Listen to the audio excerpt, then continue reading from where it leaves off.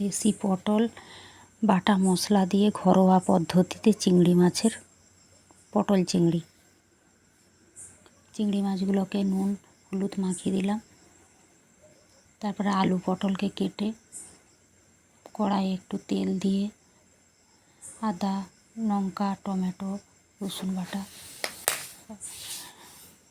পটল আলুটা নুন মাখানো ছিল তাই তেলের উপরে তুলে একটু ভাজা ভাজা করলাম। একটু হলুদ দিয়ে নাড়াচাড়া করে ভেজে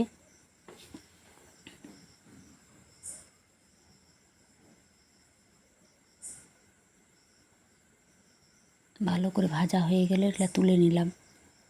ওই তেলে চিংড়ি মাছগুলোকেও একটু ভাজা ভাজা করলাম।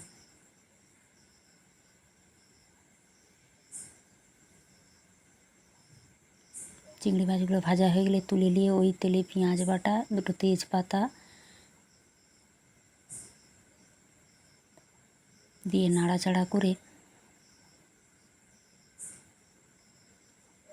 তাই রসুন বাটা দিয়ে একটু কাঁচা গন্ধটা চলে গেলেই নেড়ে চেড়ে একটু কাঁচা গন্ধটা চলে গেলেই টমেটো কুচা লঙ্কা বাটা আদা বাটা একটু হলুদ দিয়ে ভালো করে নেড়ে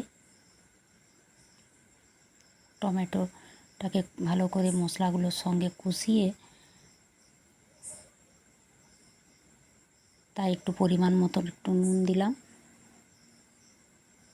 যেহেতু আমার চিংড়িতেও নুন মাখানো ছিল পটলেও নুন মাখানো ছিল তাই অল্প করে নুন দিলাম। বাটি ধোয়া জল দিয়ে দিলাম। তারপরে একটু ফেটানো টক দই দিলাম, দিয়ে আবারও ভালো করে কষিয়ে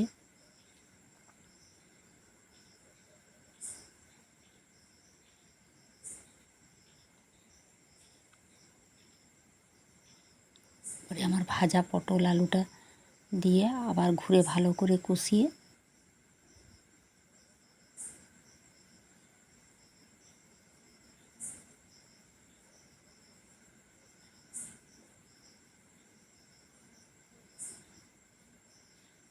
আবার একটু নুন দিলাম।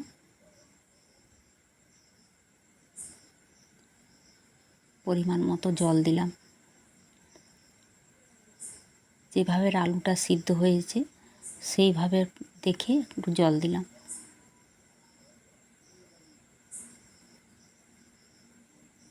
তার উপরে চিংড়ি মাছগুলো দিয়ে নেড়ে চেড়ে দুটো একটা আলুকে গেলে দিয়ে আমি নামিয়ে নিলাম আলু পটলের তরকারি চিংড়ি মাছ দিয়ে।